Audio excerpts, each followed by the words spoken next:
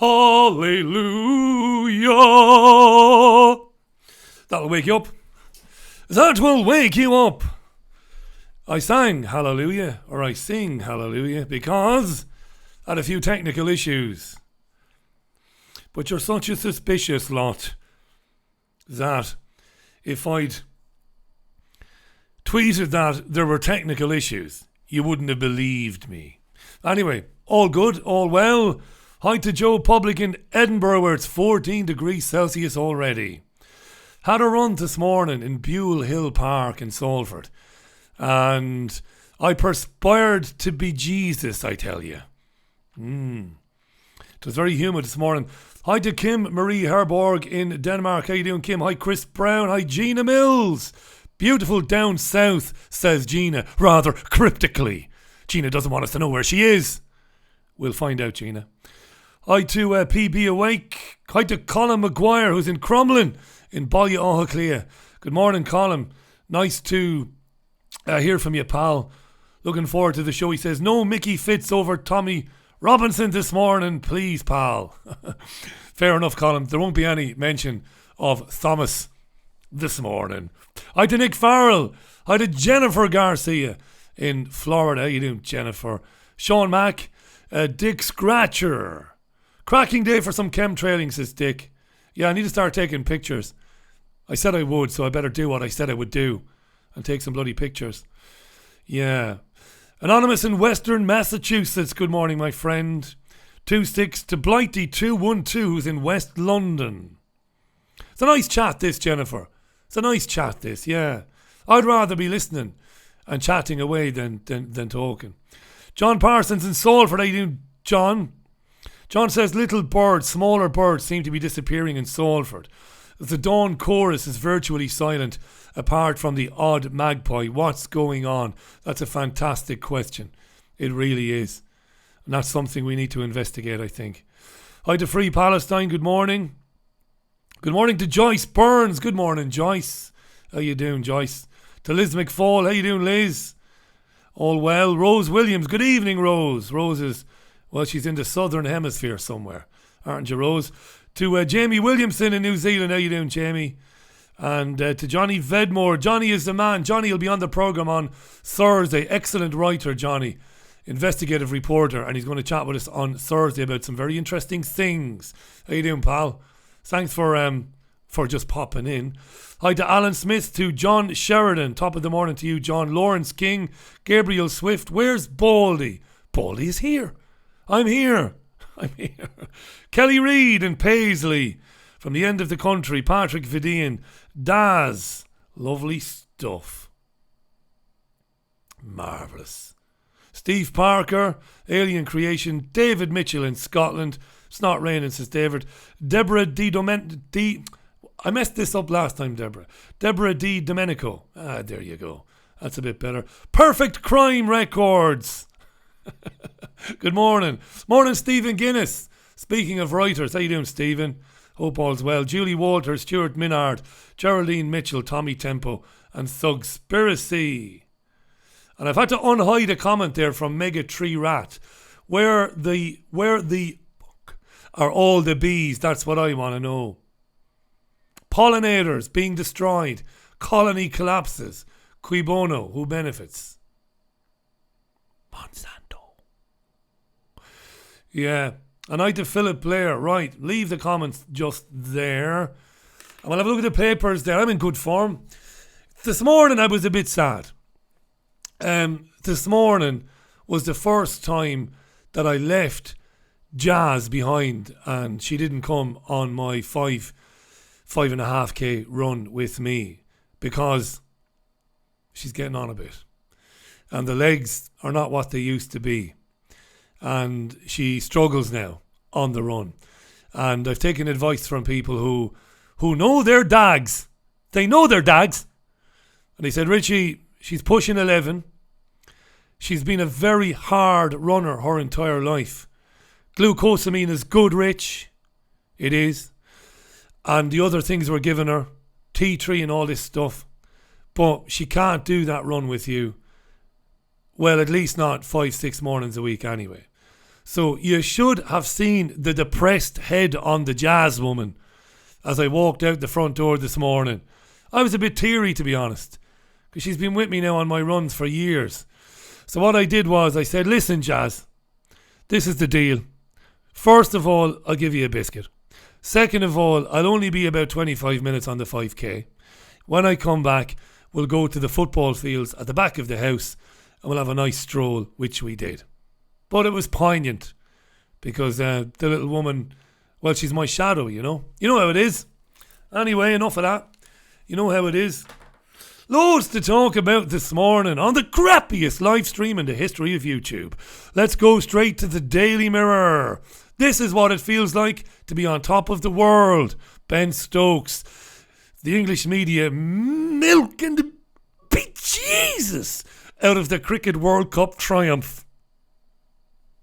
So they are. Why not? Imagine Ireland won the World Cup. Come on. Country would collapse. Commerce would disappear. We wouldn't be seen for about 15 and a half years. You'd be able to smell the Guinness from space if we won the Soccer World Cup. Although we probably have more chance of winning the Cricket World Cup. And there's no chance of that. That's the Mirror. And Colleen lets off a bit of steam. How many more times can Wayne Rooney shag grannies in granny brothels and take cocktail waitresses home in his car? How many times before Colleen Rooney says, enough? You dirty bastard, Wayne. Right. Crack myself up. I don't crack anybody else up. Here's the Sun. Hunt backs Boris. Of course I didn't watch this. The studio is sweltering in the summer. It was the same in Fallowfield. It's the same in Salford. I don't have the money to put aircon in there. And I'll just suffer for the 3 months of the summer. So after the 2-hour extravaganza yesterday with Tommy Sheridan, Tommy is brilliant, and Stephen Lendman. Don't you love Stephen Lendman? After I was just absolutely cream crackered. So what I didn't do was watch more politics. But these two half-Egypts here, Hunt and Johnson, apparently spent more time licking each other's rosebuds and complimenting one another. Because the loser, which will be Jeremy Hunt, he wants a gig in Boris's cabinet. There you are. Also another picture of Ben Stokes. What's on the front page of the Times? Tory rivals take aim at Trump. Apparently, in last night's debate, they didn't go in on Trump. They were critical up to a point of Trump's Twitter war with the Squad, which is the 4 congresswomen. The 4 congresswomen of the apocalypse. That's what alternative right people, that's what Trump supporters think they are. They're all biblical Trump's people. Trump supporters, they read their Bible. They think these women are the naked horse riders coming in. It's Armageddon. Anyway, we'll talk a bit about that in a minute because it makes a lot of the papers. Wearing a hearing aid can help elderly stave off dementia is also a story in the Times.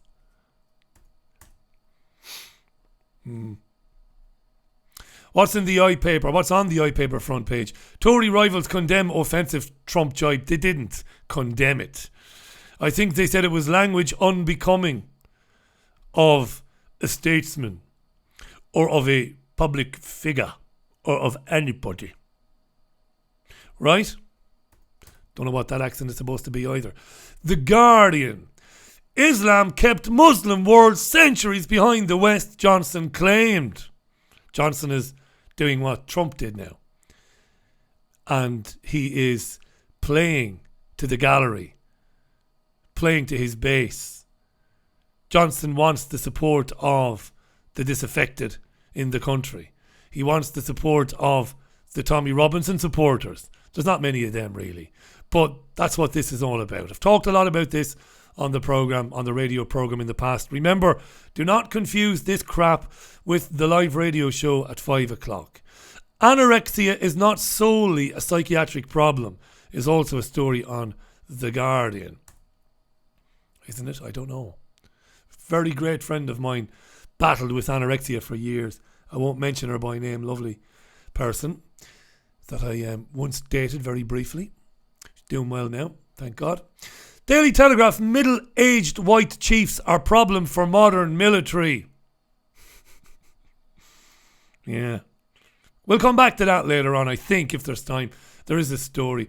There's Captain Morgan, Owen Morgan, with the World Cup trophy. Owen is Irish, of course. Hails from Ballyauclia. There he is showing off the World Cup trophy. Shall I channel my inner Donald Trump? Where did he go with the trophy? To Africa? Not a white kid to be seen. I jest. It's a good question. I didn't try and ascertain. I'm sure that's London, and I'm sure they're at the Oval. God be with the days of faulty towers, you know, and the Major. I saw an Indian once full day at the Oval. Oh yeah, crack myself up. It's the Daily Mail. Toxic threat to babies in womb. This is getting a lot of coverage this morning. Electrical goods, chemicals in furniture, chemicals that we use every day are harming babies in the womb. I have no doubt that's true. No doubt. Because if there is a population or a depopulation agenda, which I think we are pretty satisfied there is now, we know, well, that will be a multifaceted agenda. So it won't just be about collapsing bee colonies and the implications that has for humanity. It won't just be the wars of aggression that kill millions. It won't just be destroying sperm count in otherwise healthy males. Multifaceted. If you can go after children in the womb, why not? Why not? And that's definitely going on. No two ways about it. There's Theresa May, pictured with Owen Morgan, again, the England captain. The Metro. E-scooters crackdown. I'm delighted. Fed up with these Egypts on e-scooters, on pavements. Muppets. And when you get rid of the e-scooters, let's get the mobility scooters out of supermarkets. Fed up of being knocked down by old dears on mobility scooters, half blind and totally fucking deaf, driving right up me arse in aisle 2 in Tesco's. Tired of it now. What are you doing? Get that thing away from me. The Metro. Grannies on mobile scooters are lunatics, aren't they? They're as bad as 18-year-old boy racers in supermarkets. And because their reflexes are so fucked up, they can't hit the brake. So they just knock people down. Grannies.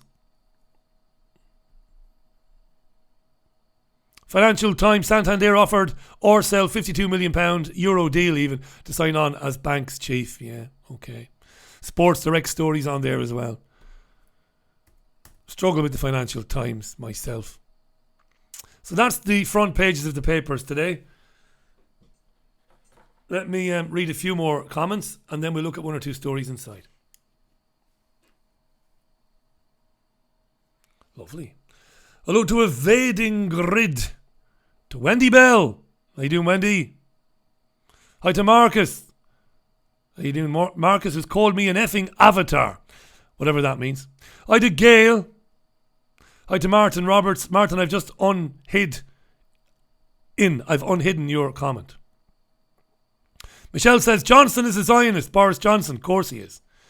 Hi to Gary Mercer. How you doing, Gary? Of course he is. Hi to Robert Muldoon.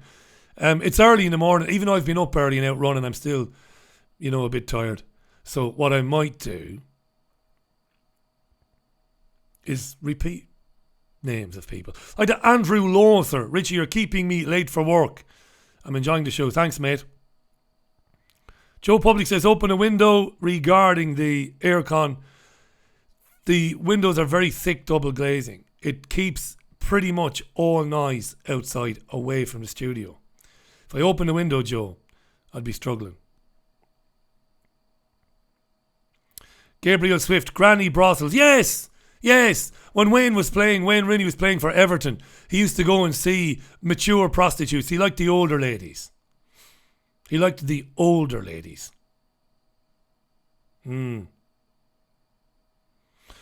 What kind of fuckery is this? Yes, Jason, it's fuckery. Hi to Ruth Samimi. Very good friend of mine. How you doing, Ruth? Hope you're well, by the way, kid.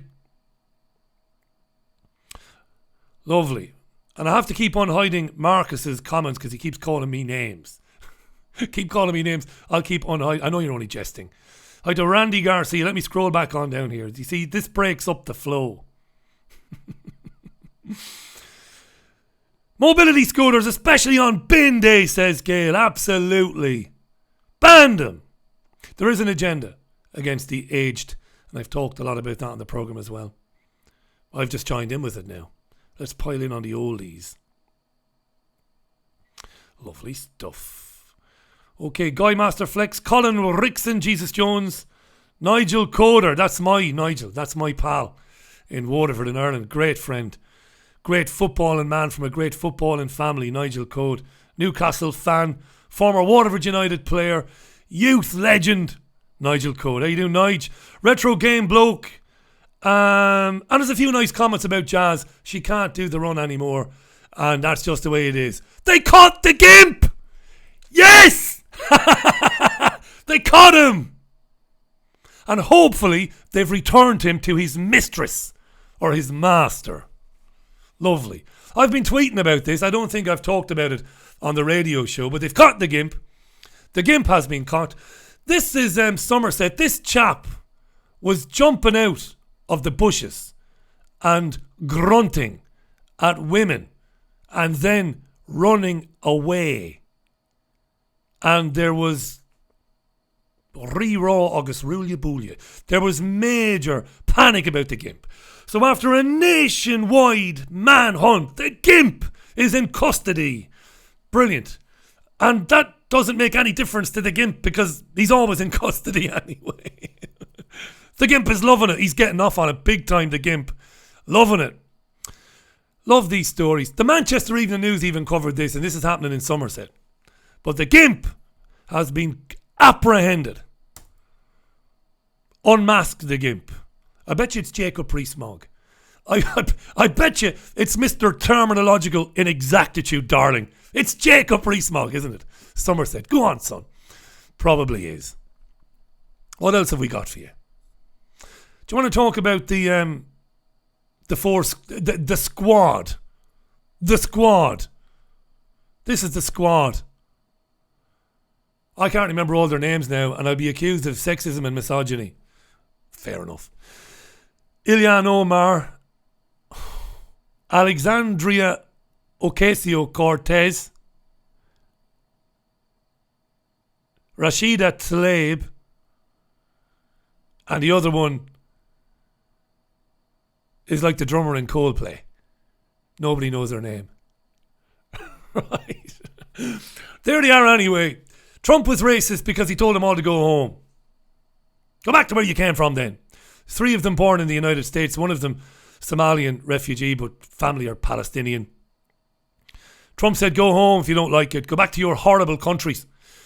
And he's kept up the tweeting, has Donald.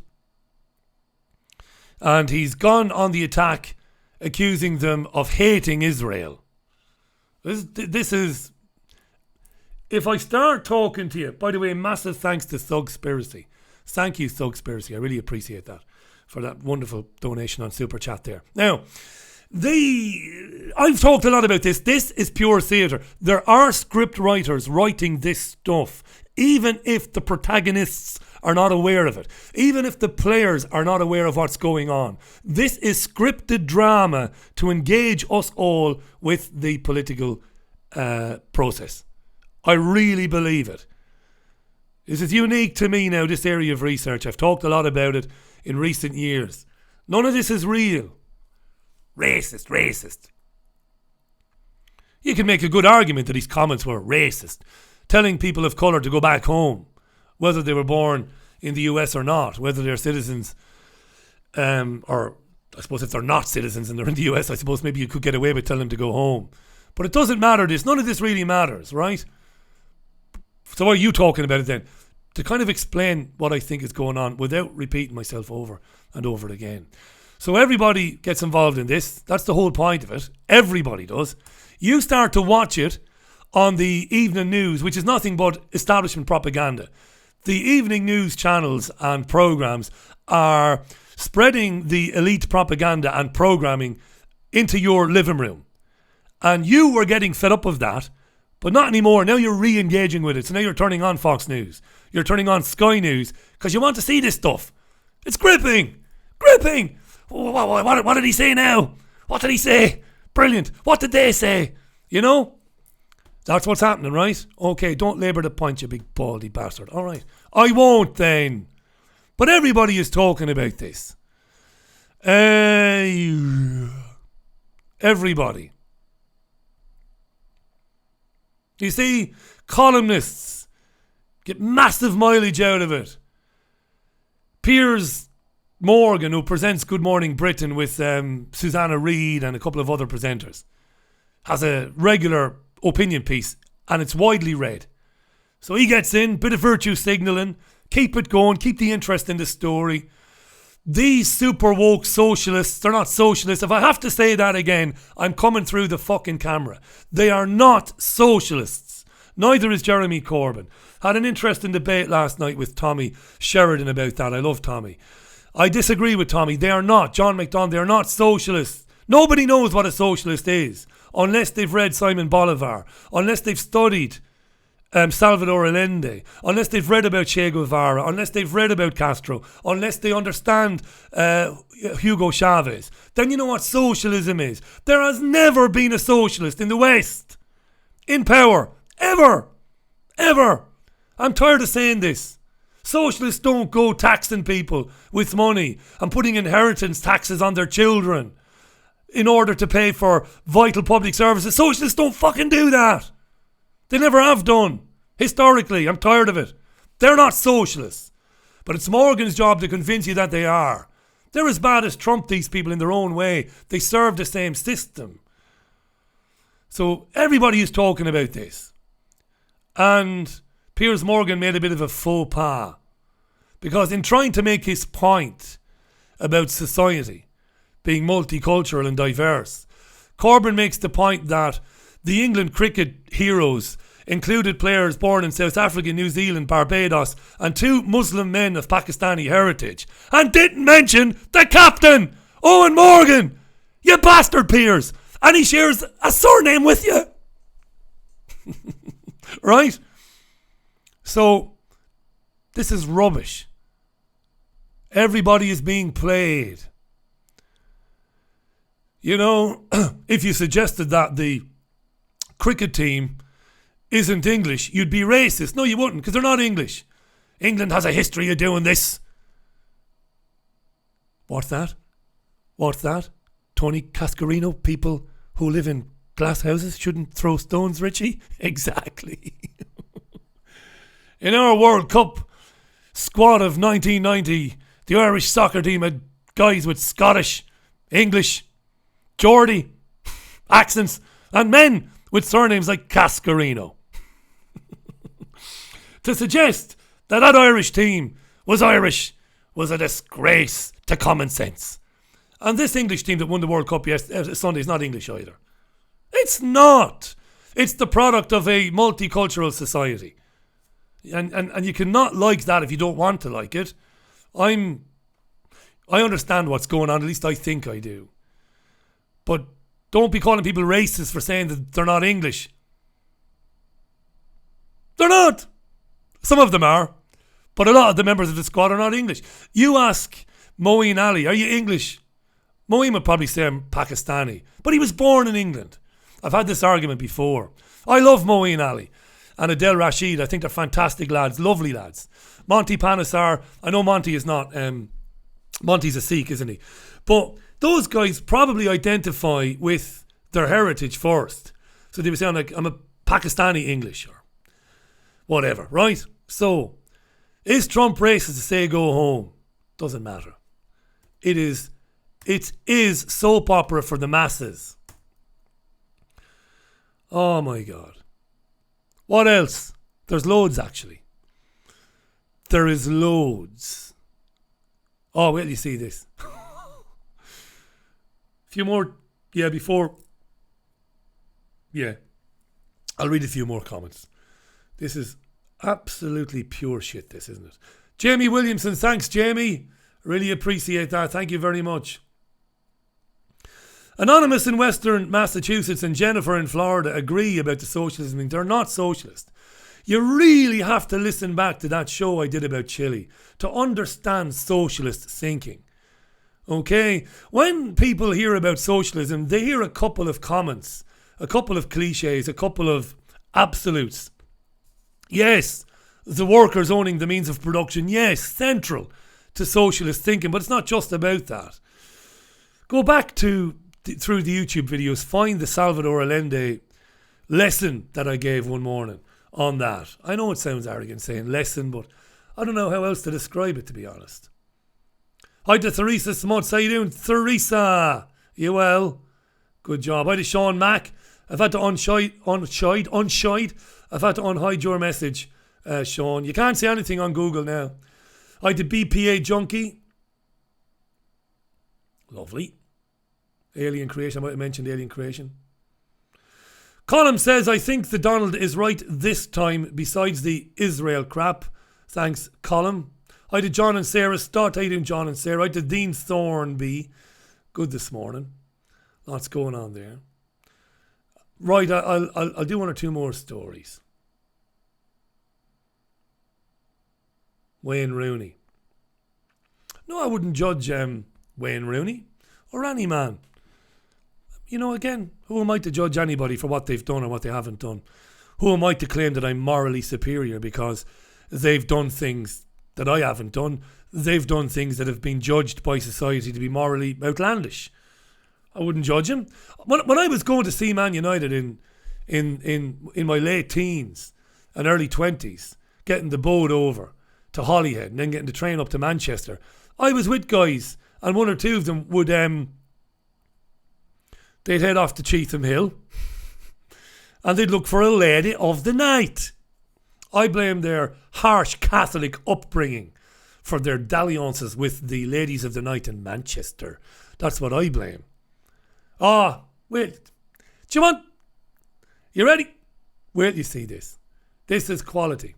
Do you know how we're always saying, you and me, that they're destroying children's minds in school? Before we get to that.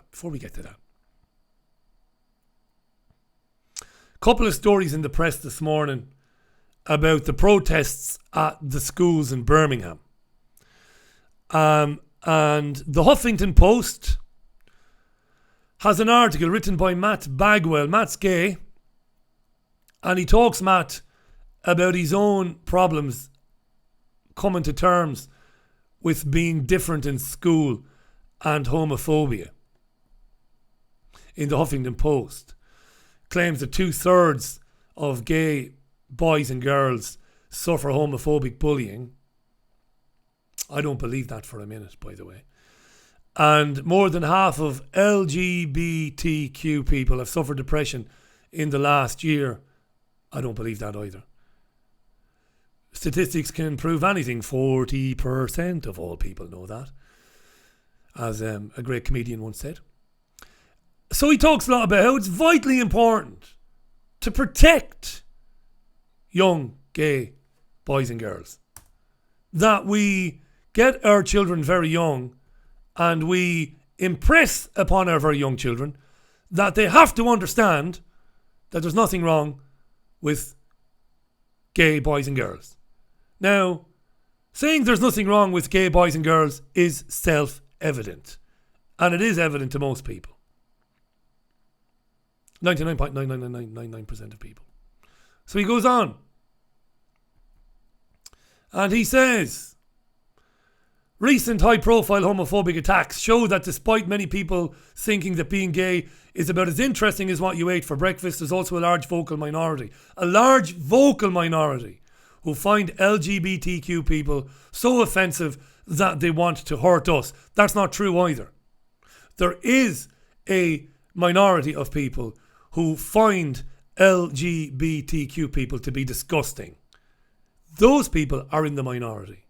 And most of those people do not want to see any physical harm coming to LGBTQ people. That's a lie. It's just, I think Matt Bagwell probably believes it, but there is no evidence to support that. A lesbian couple were assaulted on public transport in London recently. It was disgusting. It was horrendous. I understand arrests have been made. Again, that is the exception, not the rule. People don't care.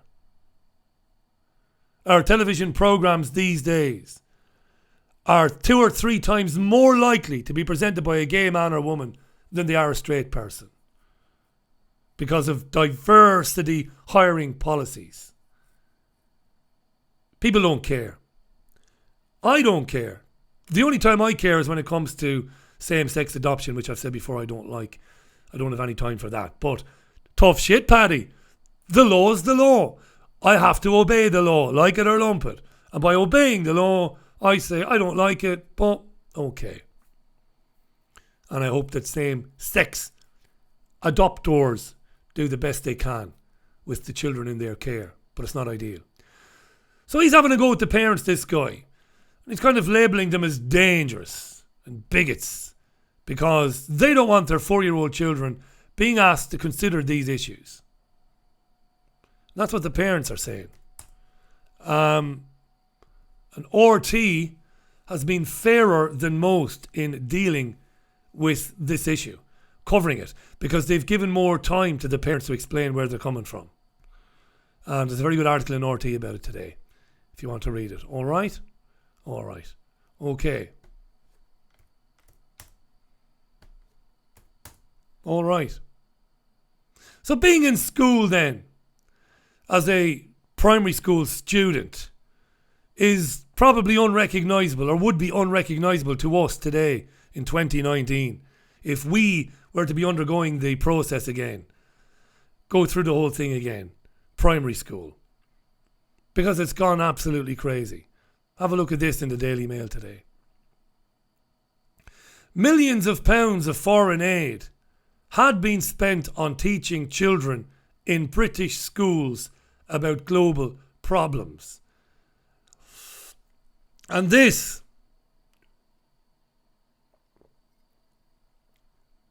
little blackcurrant juice there.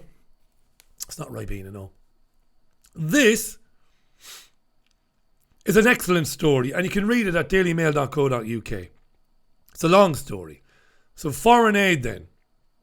What's foreign aid, Richie? Well, foreign aid, this country agrees, the UK, with other Western countries, to spend a certain amount of GDP, gross domestic product, on overseas aid, money to be given to developing nations, to help them with education, with infrastructure, with health, and all the rest of it. Sounds lovely. Sounds very benign.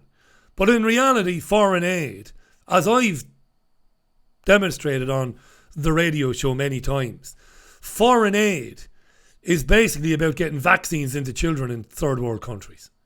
Foreign aid is about getting NGOs who've got links to companies like Monsanto and other countries into third world and developing countries. That's what the foreign aid money is usually spent on. The countries don't get to decide what to spend it on themselves.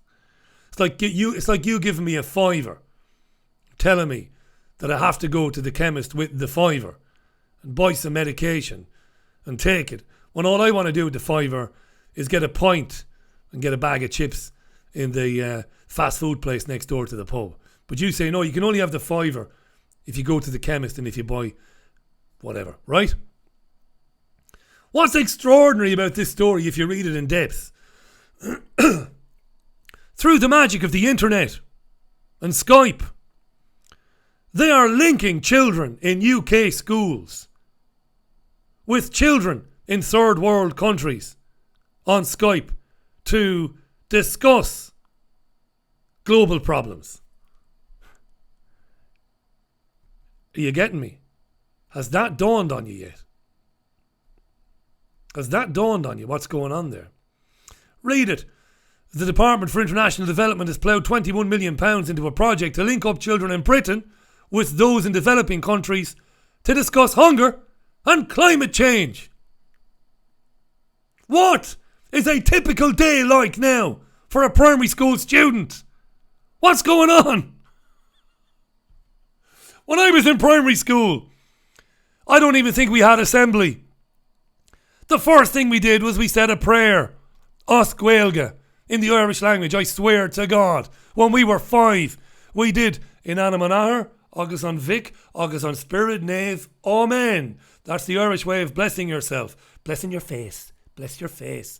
Name of the Father, the Son, the Holy Spirit, the Holy Ghost, Amen. Then we said the morning prayer, Os Gaeilge. Then we sat down and we did our sums.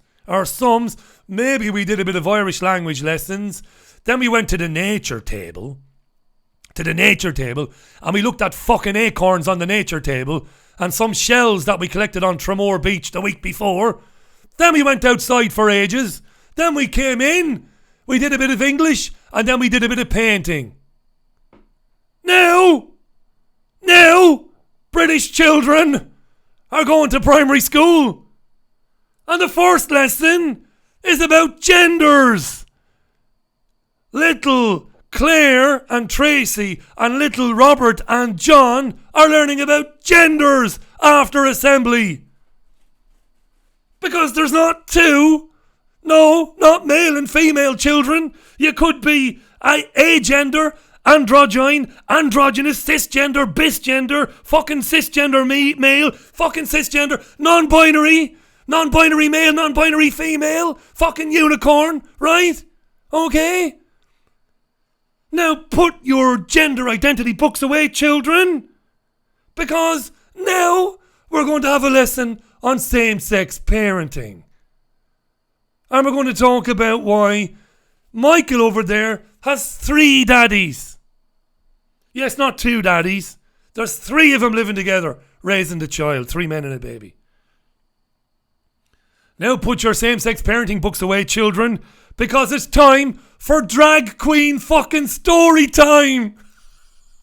Yes, an old tart is going to come in, dressed up to the fucking nines with a wig on and read you a story.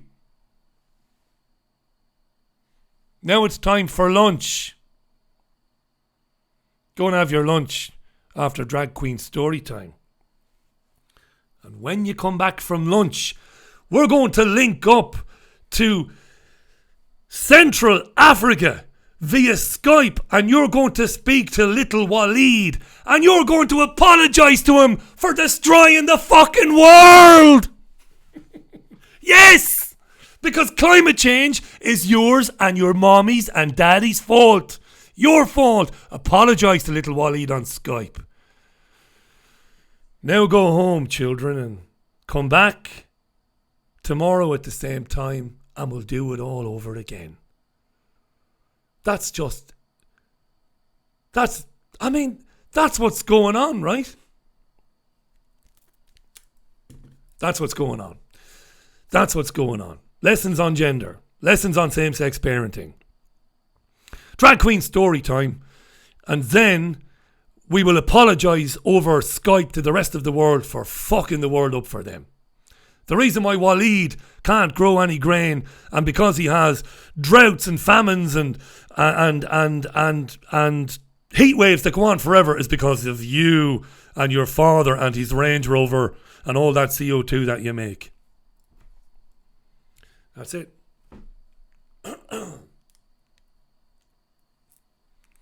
It's mental. It's mental. Holy Jesus. The reason there's bullying and sexism in the armed forces is because of middle-aged white men. Now, I don't go along with all of these alt-right people who whinge on about, attacks on white people and white men. Everybody is under the jackboot. Doesn't matter what you are, black, white, green, brown, orange. Doesn't matter what your religious belief is. We're all under the same jackboot. And I've increasingly begun to believe that it's non-human what's going on. They divide us through identity politics.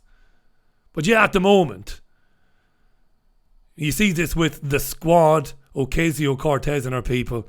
At the moment, we are teaching children that men, and particularly white men, are the devil incarnate. We are. And it's not healthy. It's not healthy. Yes, some men are fucking goons. And yes, historically, men have led countries. Historically, men have led armies. Men have run the military-industrial complex companies. Yes, I know that. But, crazy. I think we're nearly done here, are we? 40 minutes. I might read a few more comments. Lovely.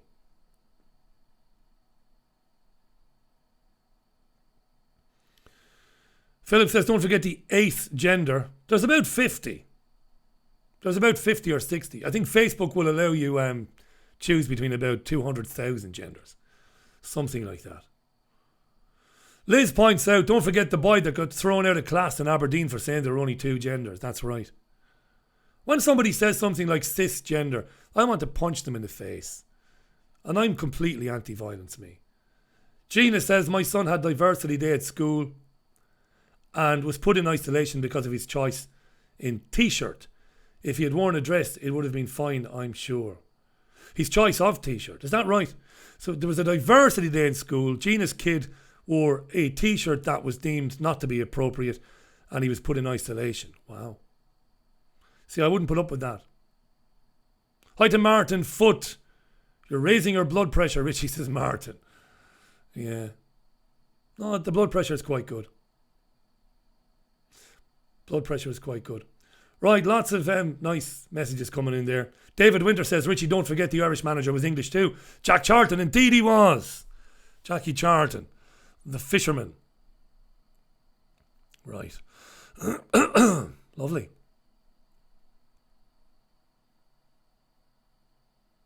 Right, that's about it for today. Not for today, for now. Rima Labo, MD, on the programme, later on the radio programme. This has got nothing to do with the radio programme. Before we do that, total capitulation now from Jeremy Corbyn. Total. There is no anti-Semitism in the Labour Party. Jeremy is capitulating to the Zionist lobby in the UK. Talked about this last night with Tommy Sheridan. That's about it. Nothing to say on that because that needs or deserves no comment. I'll be back with you at 5 p.m. UK time. Excuse me, for the radio show. I'll have a couple of guests. I will have a news roundup and 1 or 2 tunes, and it won't be dull. Thanks for watching this. Thanks to everybody who sent a message. And for the ones I didn't mention, my sincere apologies.